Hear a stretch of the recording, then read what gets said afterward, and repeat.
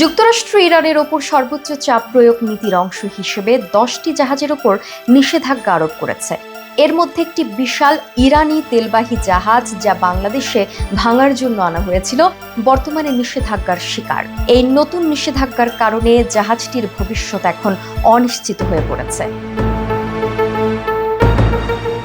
ইরানের ওপর এই নিষেধাজ্ঞাগুলো মার্কিন সরকারের দীর্ঘমেয়াদী নীতি, যার লক্ষ্য দেশটির তেল রপ্তানিকে শূন্যের কোটায় নিয়ে আসা। যুক্তরাষ্ট্রের দাবি, এই 10টি জাহাজ অবৈধভাবে ইরান থেকে তেল রপ্তানি করছে।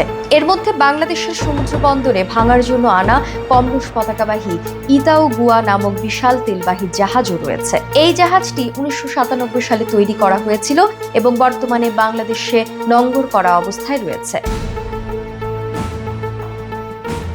স্পেস সংবাদ মাধ্যম জানিয়েছে, মার্কিন নিষেধাজ্ঞার কারণে এই জাহাজটি এখন আর ভাঙার জন্য ব্যবহার করা যাবে কিনা তা নিশ্চিত নয়। নিষেধাজ্ঞার তালিকায় থাকা এই জাহাজগুলো ইরানের ছায়া জাহাজ বহরের অংশ, যা দিয়ে ইরান গোপনে তেল রপ্তানি করছে বলে যুক্তরাষ্ট্রের দাবি। মার্কিন অর্থ মন্ত্রণালয় জানিয়েছে, ইরানের তেল মন্ত্রী এবং সংশ্লিষ্ট জাহাজের মালিকদের বিরুদ্ধে নিষেধাজ্ঞা আরোপ করা হয়েছে। তারা দাবি করছে, ইরান এই তেলের বিক্রির অর্থ দিয়ে সামরিক বাহিনী ও সরকারের স্বার্থ রক্ষা করছে, যা আন্তর্জাতিকভাবে গ্রহণযোগ্য নয়। এছাড়া যুক্তরাষ্ট্রের দাবি, চীনে তেল রপ্তানি করতে এসব ছায়া জাহাজ ব্যবহার করা হচ্ছে।